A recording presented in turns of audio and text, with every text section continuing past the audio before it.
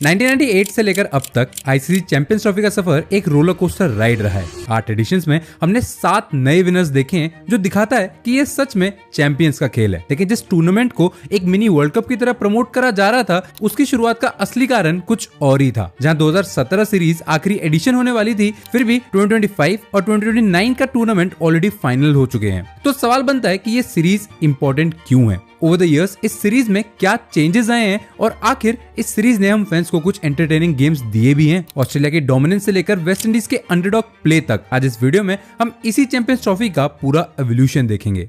1990s में ICC president Jagmohan Dalmia के दिमाग में इस टूर्नामेंट का आइडिया सबसे पहले आया। ICC non test cricket playing nations में क्रिकेट के प्रति इंटरेस्ट को बढ़ाना चाहता था। सॉल्यूशन सिंपल था, जब क्रिकेट की टॉप टीम्स उन देशों में जाके खेलेगी तो उस आवाम में क्रिकेट को लेकर लोकप्रियता अपने आप ही बढ़ जाएगी। मगर चैंपियंस ट्रॉफी के पीछे एक और कारण था, जिसे शायद ज्यादा लोग नहीं जानते। आज की तरह क्रिकेट हमेशा ऐसे पैसे बनाने वाली मशीन नहीं था। ना तो T20 क्रिकेट किसी ने सोचा था और ना ही क्रिकेट बोर्ड्स के पास इतने पैसे होते थे। 1998 में क्रिकेट को और कंट्रीज तक फैलाने के लिए फंड्स की काफी जरूरत थी। फंड्स तब आएंगे जब लोग स्टेडियम में देखेंगे, और लोग ज्यादातर वर्ल्ड कप जैसे टूर्नामेंट्स ही देखा करते थे, जो 4 साल में एक बार होते थे। इसीलिए जगमोहन ने चैंपियंस ट्रॉफी को शुरू करने का प्रस्ताव रखा, जिससे वर्ल्ड कप के 4 साल के गैप में भी पैसा बनाया जा सके, और एक मिनी वर्ल्ड कप की तरह इस टूर्नामेंट को पेश किया गया। मगर आईसीसी कमेटी को यह आइडिया इतना जचा नहीं। जब पहले ही ओडीआई फॉर्मेट में एक मल्टीनेशनल टूर्नामेंट मौजूद है, तो लोग इसे क्यों देखेंगे? अगर हम इसे शुरू करवा भी दें तो कैलेंडर में जगह कहां है? और आखिरी, अगर जगह मिल भी जाए तो इससे क्रिकेट की ग्रोथ को हेल्प कैसे होगी? इस पे जगमोहन जी के जवाब रेडी थे। पहला, तो इस टूर्नामेंट में बस top 8 not test playing nations ही खेलेंगे, जिससे लोग सचिन और लारा जैसे बड़े प्लेयर्स को देखने के लिए आएंगे ही। दूसरा, ये टूर्नामेंट नॉकआउट फॉर्मेट में खेला जाएगा, जो बस 10 से 15 दिन ही चलेगा। और आखिरी, ये टूर्नामेंट खाली स्मॉल नेशंस में होस्ट होगा, ताकि उनको रेवेन्यू मिल सके और वहां क्रिकेट पॉपुलराइज हो सके। जहां दालमिया जी से इतने सवाल पूछे जा रहे थे, वहीं उनके दिमाग में ये आइडिया क्लियर था, जिसकी वजह से वो पूरी कमेटी को कन्विंस करने में सफल रहे। फाइनली इस नॉकआउट टूर्नामेंट को हरी झंडी मिल गई और क्रिकेट की रेलगाड़ी जा पहुंची बांग्लादेश। 1998 में खेले गए इस टूर्नामेंट को आईसीसी नॉकआउट ट्रॉफी या विल्स इंटरनेशनल कप के नाम से जाना गया था। हालांकि Bangladesh ICC ODI world cup का पार्ट था, मगर उस समय टेस्ट प्लेइंग नेशंस ना होने की वजह से वो इस टूर्नामेंट का हिस्सा नहीं बने। जब भी जिंदगी में कुछ नया हो तो कुछ न कुछ अड़चने तो आती ही है, जो इस टूर्नामेंट के साथ भी होता दिख रहा था। ढाका में फ्लड की सिचुएशन की वजह से पूरे टूर्नामेंट को इंडिया शिफ्ट करने का प्लान बन रहा था, लेकिन somehow it worked and Bangladeshi board ने अपने रेवेन्यू का 10% इन फ्लड्स के रिलीफ फंड्स में डाला। फाइनली 24 अक्टूबर 1998 को ढाका में न्यूजीलैंड और जिम्बाब्वे के बीच पहला चैंपियंस ट्रॉफी का मैच खेला गया। नॉकआउट फॉर्मेट में खेले जाने वाले इस टूर्नामेंट के लिए टोटल 9 कंट्रीज एलिजिबल थे। इसीलिए 2 कंट्रीज को एक क्वालिफायर नॉकआउट खेलना पड़ा, ताकि फाइनल 8 टीम डिसाइड हो सके। वहीं दूसरी तरफ बांग्लादेश के इस टूर्नामेंट में ना खेलने से कोई भी फर्क नहीं पड़ रहा था, क्योंकि हर मैच में स्टेडियम भरा हुआ था। ऑडियंस दुनिया के सबसे बड़े प्लेयर को खेलते देखना चाहते थे, तो दालमिया जी का पहला मिशन तो कंप्लीट होता दिख रहा था। उसके अलावा चैंपियंस ट्रॉफी के पहले ही एडिशन में $10 मिलियन रेज किए गए, जो अपने आप में बहुत बड़ा अमाउंट था। इसी फंडिंग की वजह से ये टूर्नामेंट इस ऊंचाइयों तक पहुंचा। इस इनॉग्रल एडिशन का फाइनल साउथ अफ्रीका और वेस्ट इंडीज के बीच खेला गया, जहां जैक कैलिस की ऑलराउंडेड प्रदर्शन की वजह से साउथ अफ्रीका ने ये आईसीसी ट्रॉफी अपने नाम की। साउथ अफ्रीका द्वारा जीती गई ये इकलौती आईसीसी ट्रॉफी है। 1998 के बाद ये टूर्नामेंट 2000 में खेला गया। इस बार ये टूर्नामेंट केन्या में ऑर्गेनाइज हुआ और नॉन टेस्ट प्लेइंग नेशंस में से बांग्लादेश और होस्ट केन्या को इंक्लूड करा गया। अब जाहिर सी बात है, 11 में से 8 टीम्स ही क्वार्टर फाइनल खेल पाएंगे। इसीलिए 1999 वर्ल्ड कप की स्टैंडिंग के बेस पर टॉप 5 टीम्स को डायरेक्टली क्वालिफाई किया गया, जिसमें Pakistan, Australia, south Africa, New Zealand और जिम्बाब्वे शामिल थे। बाकी की 6 लोएस्ट रैंक टीमों के बीच प्री क्वार्टर फाइनल्स खेले गए। इंडिया ने केन्या को हराया, श्रीलंका ने वेस्ट इंडीज को और इंग्लैंड ने बांग्लादेश को। पूरे टूर्नामेंट में इंडिया का बोलबाला था, क्योंकि इस टूर्नामेंट में जहीर खान और युवराज सिंह जैसे लेजेंड्स ने डेब्यू करा था। युवराज ने तो खासकर अपने दूसरे ही मैच में जलवा दिखाकर इंडिया को ऑस्ट्रेलिया के सामने जीत दिलाई थी, जिसके बारे में हमने इस वीडियो में डिटेल में बात करी है, so do check it out. Final में न्यूजीलैंड वर्सेस इंडिया था और दोनों ही टीम्स ने अपनी एड़ी चोटी का जोर लगाया हुआ था। एक शेर तो दूसरा सवा शेर। पहले बैटिंग करते हुए हमारे ओपनर्स ने ड्रीम स्टार्ट दी और 141 रनों की पार्टनरशिप जताई। सचिन पाजी ने 69 और दादा ने शतक लगाते हुए 117 रन बनाए। उस एरा में दादा की स्ट्राइक रेट 90 की थी, जो इंडिया के फियरलेस माइंडसेट को दिखाता था। जब न्यूजीलैंड की पारी आई तो हमने 82 पर 3 विकेट्स गिरा दिए थे। लगा था कि ये मैच इंडिया आसानी से जीत जाएगा, लेकिन फिर एंट्री हुई क्रिस कैरेंस की। दूसरे छोर पर विकेट्स गिरते रहे, लेकिन क्रिस ने नाबाद 102 रन बनाकर न्यूजीलैंड को फाइनल जितवाने में इंपॉर्टेंट रोल प्ले किया और ऐसे न्यूजीलैंड ने इंडिया को हराकर अपना पहला आईसीसी टूर्नामेंट जीता। क्रिकेट वाइज तो ये बहुत इंटरेस्टिंग टूर्नामेंट था, लेकिन इस बार उतना क्राउड स्टेडियम में दिखा नहीं। भले ही इंडिया, ऑस्ट्रेलिया और बड़ी टीम्स के मैचेस में थोड़ी पब्लिक आ जाती थी, लेकिन लोकल पॉपुलेशन को इस टूर्नामेंट में जरा भी इंटरेस्ट नहीं था। इसी वजह से आईसीसी को अपनी अप्रोच रिकंसिडर करनी पड़ी, जिसकी वजह से 4 मेन चेंजेस लाए गए। 2002 टूर्नामेंट को रीब्रांड करते हुए आईसीसी ने इस टूर्नामेंट का नाम चैंपियंस ट्रॉफी रखा। दूसरा, आईसीसी वापस से नॉन टेस्ट प्लेइंग नेशंस में होस्ट करवाकर लॉस नहीं करवाना चाहता था, इसीलिए पहले इंडिया को होस्ट चूज किया गया, लेकिन टैक्स एग्जम्पशन ना मिलने के कारण चैंपियंस ट्रॉफी श्रीलंका में ऑर्गेनाइज हुई। तीसरा, आईसीसी ने पहली बार क्रिकेट में टेक्नोलॉजी का इस्तेमाल किया और इस टूर्नामेंट में अंपायर्स को एलबीडब्ल्यू चेक करने के लिए थर्ड अंपायर का ऑप्शन दिया गया। चौथा और सबसे बड़ा चेंज आया इस टूर्नामेंट के फॉर्मेट में।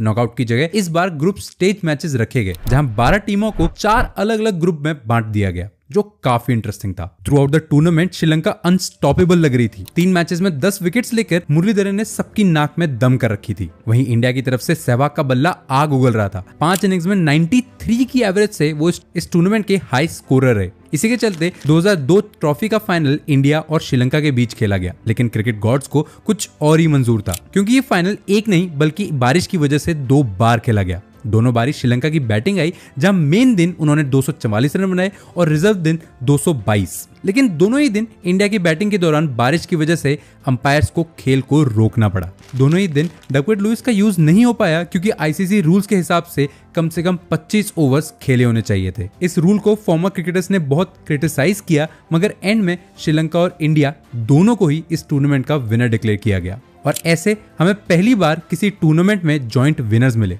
उसके बाद 2004 चैंपियंस ट्रॉफी का मेला जा पहुंचा इंग्लैंड। 12 टीमों ने 16 दिन तक 15 मैचेस खेले। इसमें 10 टेस्ट प्लेइंग नेशंस के अलावा केन्या और यूनाइटेड स्टेट्स भी शामिल थे, जो अपना पहला वनडे इंटरनेशनल डेब्यू कर रहे थे, मगर दोनों में से कोई भी ग्रुप स्टेज के आगे बढ़ ही नहीं पाया। एनीहाउ, इंग्लैंड इस टूर्नामेंट की सबसे डोमिनेंट टीम लग रही थी और लगा था कि वेस्ट इंडीज के खिलाफ फाइनल में इंग्लैंड बड़े ही आसानी से जीत जाएगी, क्योंकि हाईएस्ट रन स्कोरर और हाईएस्ट विकेट टेकर दोनों इंग्लैंड के ही थे। और तभी हमें चैंपियंस ट्रॉफी हिस्ट्री का one of the famous match देखने को मिला। हालांकि फाइनल में इंग्लैंड ने सिर्फ 217 रन बनाए थे, लेकिन स्टीव हार्मिसन, एंड्रू फ्लिंटॉफ और पॉल कॉलिंगवुड ने 147 पर वेस्टइंडीज के 8 खिलाड़ी पवेलियन वापस भेज दिए। इंग्लैंड अपनी पहली ग्लोबल ट्रॉफी जीत ही चुकी थी, लेकिन कोटनी ब्राउन और आयन ब्रॉडशॉ ने अपनी जिंदगी की सबसे बड़ी पारी खेल डाली। 71 की साझेदारी की वजह से वेस्टइंडीज ने काफी समय बाद एक आईसीसी टूर्नामेंट जीता। 2004 के बाद अगला टूर्नामेंट इंडिया में आयोजन किया गया, जो अलग चैलेंजेस लेके सामने आया। मैदान के बाहर ऑफिशियल्स गवर्नमेंट से टैक्स की लड़ाई लड़ते नजर आए और वहीं प्लेयर्स अनप्रिपेयर्ड पिचेस से। पिचेस इतनी अनप्रिपेयर्ड थी कि टीम्स का खेलना मुश्किल हो गया था। यहां तक कि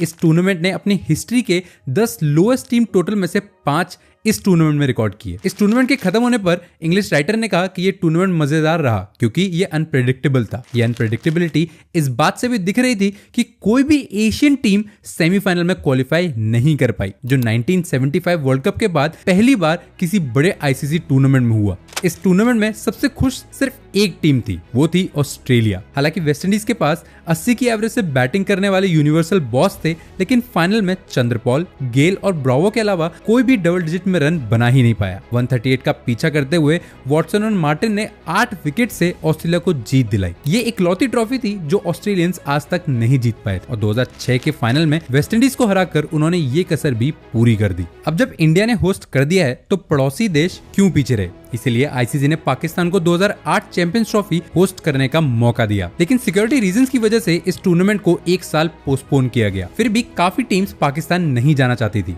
इसीलिए सिक्योरिटी के चक्कर में ये टूर्नामेंट साउथ अफ्रीका में खेला गया। डिफेंडिंग चैंपियन शुरुआत से ही लीडर बन के सामने आए, वहीं इंडिया कई मामलों में अपनी सब पार परफॉर्मेंस की वजह से ग्रुप स्टेज में ही बाहर हो गई। न्यूजीलैंड और ऑस्ट्रेलिया के बीच हुए फाइनल में न्यूजीलैंड ने फर्स्ट बैटिंग करते हुए 201 रन का टारगेट दिया, जिसको ऑस्ट्रेलियंस ने 45 ओवर में ही चेज कर दिया। और इस चेज के रिंग मास्टर रहे शेन वॉटसन, जिन्होंने 80 के स्ट्राइक रेट से 105 रन ठोक डाले, और कैमरन व्हाइट ने भी बहती गंगा में हाथ धोते हुए 62 रन बनाए। इसी पारी की वजह से कंगारूज अपने टाइटल को डिफेंड करने में सक्सेसफुल रहे। अब काफी टाइम से चैंपियंस ट्रॉफी हर 2 साल में खेली जा रही थी और T20 को पुश करने के बहाने आईसीसी कुछ चेंजेस लाना चाहता था, इसलिए अब चैंपियंस ट्रॉफी को 2 की जगह 4 साल के इंटरवल पे खेलने का डिसाइड किया। इसी कारण 2009 के बाद अगली चैंपियंस ट्रॉफी 2013 में इंग्लैंड की धरती पर खेली गई। इस बार सिर्फ 8 टीमों को टूर्नामेंट में शामिल किया गया, जिसमें इंग्लैंड के अलावा बाकी 7 टीमों को ओडीआई रैंकिंग के बेस पर उठाया गया। 17 दिन तक इस टूर्नामेंट में इंडिया का बोलबाला रहा। बैटिंग में शिखर, रोहित और कोहली के बल्ले से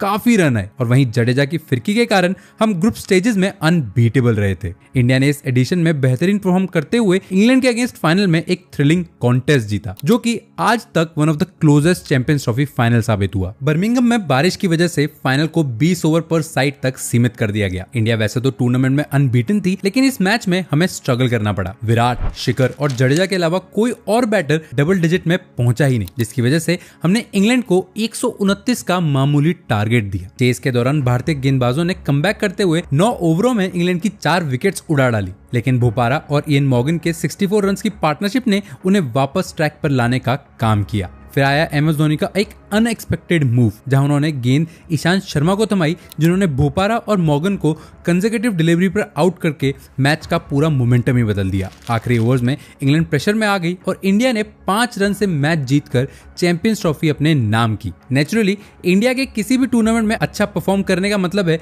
उतनी ही ज्यादा आई बॉल्स, अल्टीमेटली उतना ही ज्यादा रेवेन्यू। इसलिए आईसीसी ने इंडिया को 18 करोड़ का प्राइज मनी अनाउंस किया, जो तब तक चैंपियंस ट्रॉफी में कभी नहीं हुआ था। T20 और ओडीआई वर्ल्ड कप की लोकप्रियता के चलते आईसीसी चैंपियंस ट्रॉफी की जगह टेस्ट चैंपियनशिप लाना चाहता था, जिससे हर फॉर्मेट में एक मेन टूर्नामेंट हो। लेकिन कुछ डिलेज की वजह से चैंपियंस ट्रॉफी को 2017 में आखिरी बार खेलने की मंजूरी दी गई। 2017 चैंपियंस ट्रॉफी एक बार फिर से इंग्लैंड ने होस्ट करी, जो बहुत बुरा डिसीजन था। टूर्नामेंट के 15 मैचेस में से 5 मैचेस रेन और खराब मौसम की वजह से इफेक्ट हुए, जिसके चलते आईसीसी ओडीआई रैंकिंग की टॉप 2 टीम्स साउथ अफ्रीका और ऑस्ट्रेलिया ग्रुप स्टेजेस में ही बाहर हो गए। इसीलिए इंग्लैंड, बांग्लादेश, पाकिस्तान और इंडिया ने सेमीफाइनल्स में जगह बनाई। ये पहली बार था जब बांग्लादेश किसी आईसीसी टूर्नामेंट के सेमीफाइनल्स तक पहुंचा था। इंडिया और पाकिस्तान ने अपने अपने सेमीफाइनल के मैचेस जीत के चैंपियंस ट्रॉफी की हिस्ट्री के सबसे एंटिसिपेटेड फाइनल्स में जगह बनाई। फकर जमान और मोहम्मद आमिर के बेहतरीन परफॉर्मेंस की वजह से पाकिस्तान ने इंडिया को 180 रन से हराया, जो कि किसी भी ओडीआई टूर्नामेंट का हाईएस्ट मार्जिन था। शिखर और रोहित ने भारत के लिए टूर्नामेंट में काफी रन बनाए थे, लेकिन फाइनल में आमिर और हसन अली की गेंदबाजी के सामने हमारी एक न चली। जहां ये सीरीज बंद होने वाली थी, लेकिन 2017 चैंपियंस ट्रॉफी की कमर्शियल सक्सेस के बाद आईसीसी एक बार फिर अपने डिसीजन पे वापस जाने के लिए मजबूर हो गया। जहां 2017 आखिरी टूर्नामेंट होने वाला था, वहीं आईसीसी ने 2025 और 2029 चैंपियंस ट्रॉफी ऑलरेडी अनाउंस कर दी है। कुछ ही दिनों में 2025 चैंपियंस ट्रॉफी की शुरुआत होने वाली है और इस बार मेजबानी का मौका मिला है पाकिस्तान को। हालांकि कौन कहां खेलेगा उस पर ऑलरेडी विवाद हो चुका है, लेकिन चैंपियंस ट्रॉफी इस साल का मोस्ट एंटिसिपेटेड टूर्नामेंट है। ऐसे में इसको आगे कंटिन्यू करने या ना करने का डिसीजन तो फ्यूचर ही बताएगा, लेकिन let us know in the comments कि आपके हिसाब से इस साल के मेन कंटेंडर्स कौन है।